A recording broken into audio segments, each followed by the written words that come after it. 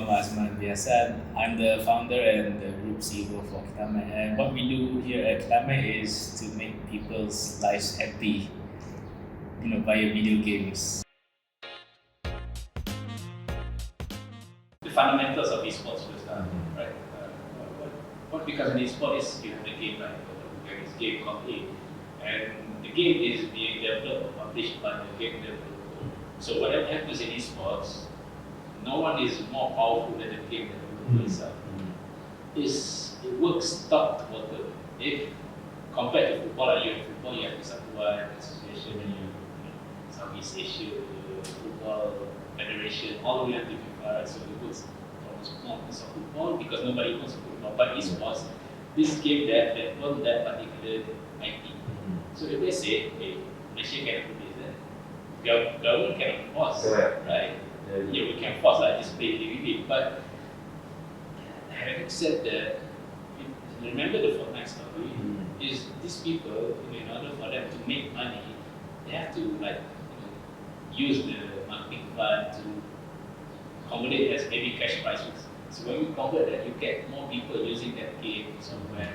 From that software, we're talking about the revenue stream for the game dev itself. Correct. So people start playing the games and they start buying all this in-game purchase. Right? You buy your attire, your weapon, your skins or whatever. So those are money-making machines for example, Fortnite being developed by Epic Games, right? So that's how they make money. I mean, let's scale down to the esports side. So in the esports side, you have multiple elements from esports organizers, esports teams, esports production house, and you have the player itself. And let's talk about the business. So business as an organizer, this is what we are into, right? Maybe you get jobs from game publishing itself, employing you to run their own. Just like how FIFA employ you run this league, you run this tournament, right? And the other thing that you get direct money from publishing. The other thing is we can propose something that we have this kind of unique and creative solutions. We get an endorsement from maybe game publishing. So once you have that, you look for sponsorship. So talking about sponsorship, we have the endemic and non-endemics. So endemic brand, basically the brands that are directly related to the esports. So for example, it's a brand that they provide laptops. People use laptops to play games. But the non-endemics, like I told you, the brands that are not directly involved. For example, maybe Petronas, they are oil and gas, right? But they see that there's a huge potential in the esports market. Maybe in Malaysia alone, there are 3 million. How do I reach out to this 3 million? Because I go to esports. I want to sell my Coco Java to the world. Yeah. So there's a lot of compartmentalization of groups. You have the esports league itself, sponsor the league. You get the fan of the league. You sponsor the team. So dalam team I don't know what. Okay, let's talk about the teams or the individuals. I don't know whether you know Solos lah. Do you know Solos? I heard about it. Yeah, Solos I think is the number one. Okay, he's not an esports guy. Okay. He started as an esports athlete, player. Then he became famous. Then he just become an entertainer lah. He stream games on the internet. People donate weight while he's streaming, and actually brands are paying like 20,000-30,000 just for maybe a month for a single shout out for exposure. So that is what is happening. Okay. Something like esports. There's this thing called Resurgence. So there's a guy named Oki. So Oki is quite famous guy. So people reach out to Oki, they have to go through the team. So you have to sponsor the team. So the team gets money and Oki gets a piece of it. But the most important is the sustainability of the team itself. So they still need money dalam, for example, the league. So those are the ecosystem that we're looking for. Maybe in the future that, like in the US, we're going to have a physical space, like the arena. Maybe one day we have the Old Trafford. Yeah. Probably.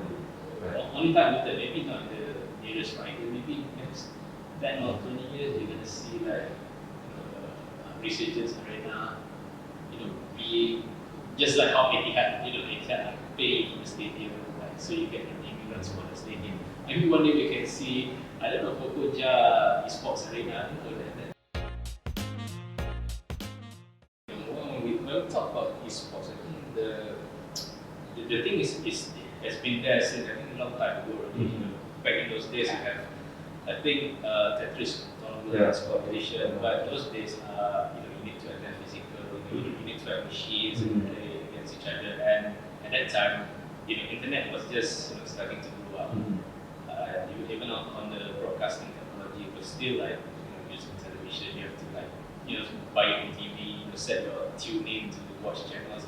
Compared to maybe I can say this, maybe 15 years ago back in Malaysia, video games esports or competition has already started in Malaysia and even globally, but it was not being publicized wholesale compared to other sports. The reason why I think is because the readiness of technology and the broadcasting system. Nowadays, especially today, or maybe I can say like esports maybe back 6 years ago, and then like being highlighted in Malaysia. So, what's the main reason of the highlight? Because of the prize money? Not to say prize money. I think the technology is there already. People can get connected to all around the world. People play Dota, and even I think it was 2012 or 2013. I cannot remember. But there is this one team called Orange Esports made it to the international. The international is the Dota. It's the World Cup for Dota. Dota is a mobile game, and I think that basically placed number 3 if I'm not mistaken, and they were like winning English prizes. So that opens up a lot of eyeballs and more people are going towards it. So when we talk about that, and people start, people, even kids, they have this like they want to be like a pro player in the future, and how to become a pro player. There's so many paths that they can choose from, and from there, as technology evolves from computers to consoles to even nowadays, I think 70% of let me tell you about the statistic of video gamers in Malaysia. We have I think around 60 million gamers. So when I say 60 million gamers, including all the makcik-makcik playing all this, Candy Crush, Candy Crush, apa lagi? There's some random kids playing Roblox, Minecraft. So those are video games. But when we segmentize it and focus into an e-sport, I think we have around 3 million players that are basically into e-sports, whereby they play competitively. Okay, so having said that, 70% today people are on mobile platforms. So even game developers they started pushing that began to port. When I'm porting is it means that from PC or console game they convert it into the mobile game because in Malaysia, especially not just in Malaysia, I think I can say Southeast Asia is that those are the markets. If you compare the market in US, Europe, I think it's a little bit different. People still work for PCs. So, but in Malaysia or Southeast Asia, 70% are all mobiles, and the market penetration is so easy. I'll give you an example. Last 2 years, when I think we did the Mobile Legends tournament. It's just a random 1,000 ringgit, price pool kind of thing. But what we did was we went into kampung, some operating place, and the take-up rate was so huge. You just imagine within 1 day you can gather around like 64 teams. 64 teams, that is multiplied by 5 people. That was something like that. That's the thing. That's the idea from youth nowadays. I think the venturing into esports is like they're having a jackpot. They invest a little bit for the price for the entry fees, but they got a million. So what made us think? What made us think or pursue this industry is we can see the potential of especially the younger people in the market, and I think those are the younger generation are the future of Malaysia, because they will shape the future regardless of what they do. We cannot think too backwards because the future generation, even kids nowadays, they can do some codings, do some simple video editing. Even when I was when I was that age, we just play, I don't know, just beside kampung, but it's kids nowadays, the younger generation, they are so brilliant, they are so bright, they are so clever. That I think getting them exposed to this kind of thing is something that parents should not halang, not to say that you can do this, because the potential within just playing video game is, I think it's all about from the addiction, we can always predict something.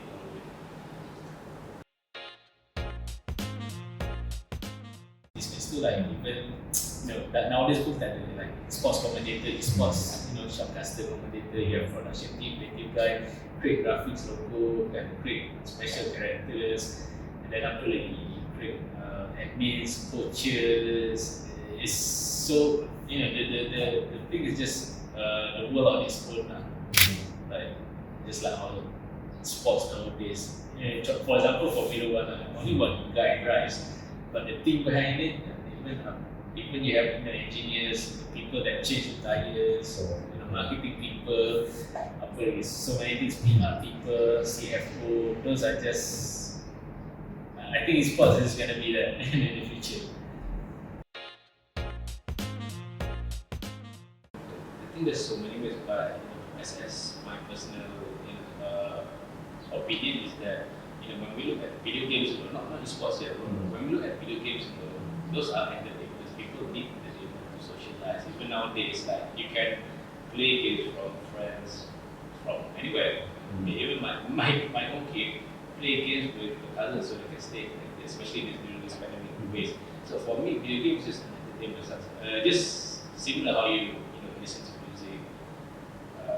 Maybe those are therapy for them. Yeah, some things can get addiction, but being addicted is something that is controllable rather than we just leave it there. But when we move into esports, talk about the general market of it, I think it's more than $1 billion US dollar industry already.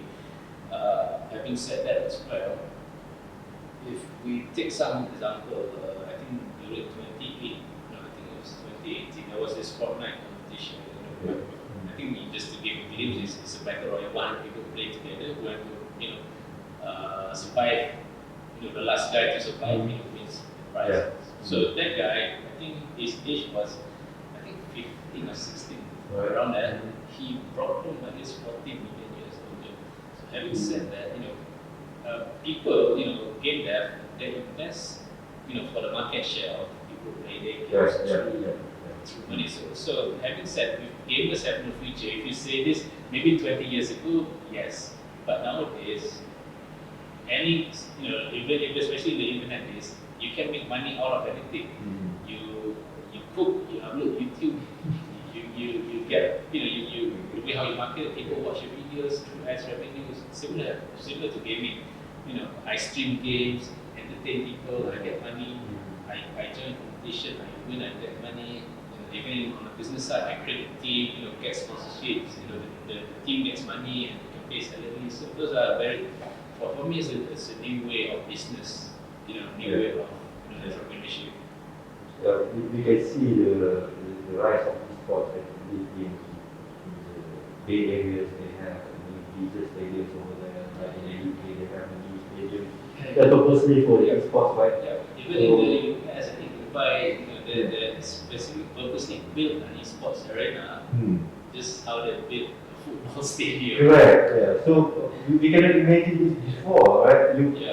Thousands of people watching you playing games.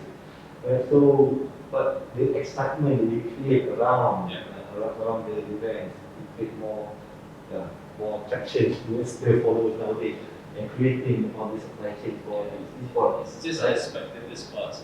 Why people watch football because it's being produced, developed since 100 years ago. Esports is just new. People get attached quickly. They like the team. For example, you have Man United in esports. So if I know that team, I just watch them play every time. Because the Super Sunday match, whatever match, what I call it, the MA, the pay-per-view kind of match. So many concepts or so many sources of